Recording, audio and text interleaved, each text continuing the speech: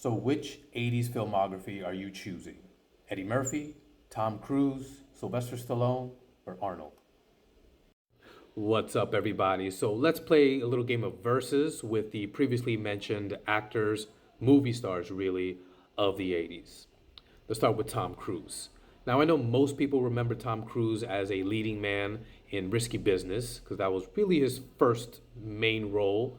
But he had a couple of other roles that I really think deserve mention before Risky Business, particularly Taps in 1981 with Sean Penn and Timothy Hutton, with a smaller role of George C. Scott.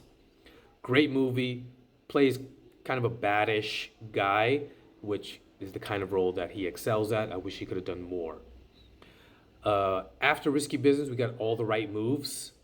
We got Legend, which gets a lot of criticism, rightfully so. It's not the best of movies, but it's Ridley Scott, so it looks great. Tim Curry turns out a masterful performance as, like, I guess the devil or something, somebody, a character that looks like that. Really high fantasy type of movie and doesn't get enough attention. Then we have the classics, Top Gun, The Color of Money, which is such a ballsy move after Top Gun. Because, of course, with the huge success that it was so easy to be like, let's do another one immediately. But he said, no, I'm going to go make this movie with Martin Scorsese and Paul Newman. Perfect decision to make. After that, Cocktail, one of my personal favorites, great kind of hero's journey. And I think every entrepreneur or aspiring entrepreneur loves that movie, and for a good reason.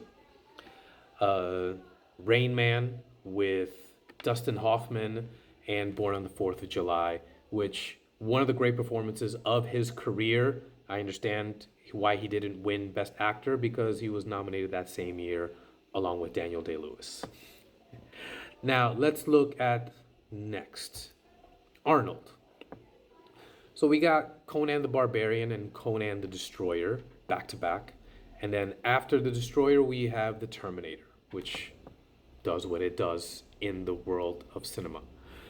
After that, we have Commando, Raw Deal, which, no pun intended, does kind of get a bit of a raw deal when it comes to attention. I guess because so many other great action movies came out from him in the 80s that Raw Deal gets a bit of, kind of gets pushed aside a little bit. But it's great, and I think it's a lot of fun.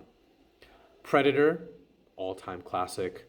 The Running Man, which is really great and surprisingly superior to the remake that came out recently with Glenn Powell. I didn't think that was going to happen. It had the ingredients to be great, a great cast, an amazing director with Edgar Wright. I don't know what the hell happened.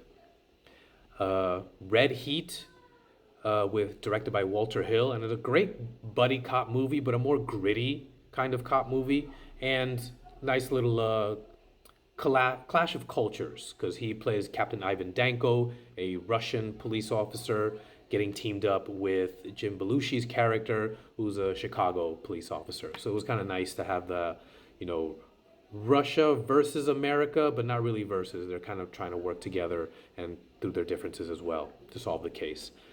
And one of the all-time comedy classics, in my opinion, directed by Ivan Reitman, co-starring with Danny DeVito, Twins.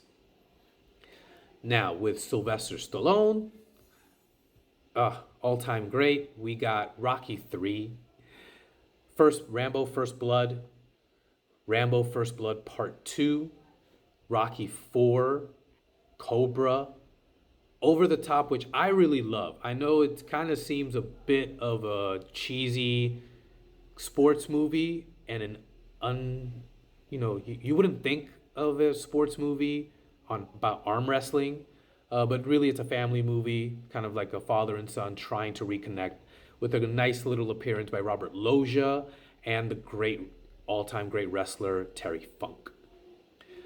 After that, we have Rambo 3, which is criminally underrated.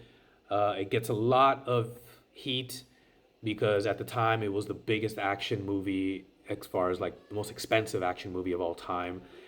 And just bad timing.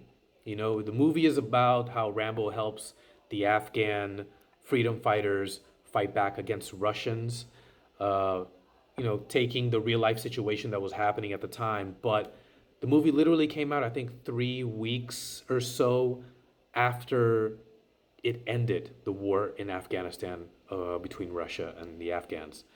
But it's still great. I like how they added very small moments of comedy because before then it's just so serious that it feels heavy at times. And Tango and Cash, which I understand why this wasn't turned into a sequel because it was just such production hell. But he has great chemistry with Kurt Russell, and I think it's one of those movies that could have turned into his third, maybe even fourth franchise because I think Cobra should have been made into kind of like his version of Dirty Harry. And then Eddie Murphy, arguably like one of the bigger movie stars of the 80s because it's just stacked when you see his filmography. He starts off with an instant classic, 48 Hours, another instant classic with Trading Places, another instant classic with Beverly Hills Cop, and then The Golden Child, which I think is one of his best acting roles, like combining comedy and a little bit of a love story angle to it as well. Beverly Hills Cop 2, it's a nice follow up because it's a different tone. It's directed by Tony Scott. You also have Coming to America, one of the all time great comedies ever, directed by John Landis. And then Harlem Nights, which has probably the greatest comedy cast of all time with Eddie Murphy, Richard Pryor, Arsenio Hall has a small role in it, and of course the legendary Red Fox, which Eddie Murphy directed, by the way. So, what do you guys think? I can't really decide, to be honest. I love all four of these filmographies, but gun to my head, which one am I going to choose? I'm going to go with Tom Cruise because I'm such a fanboy. But what about you guys? Let me know what you think in the comments below. Smash that like button, give me a follow, and I'll see you guys next time.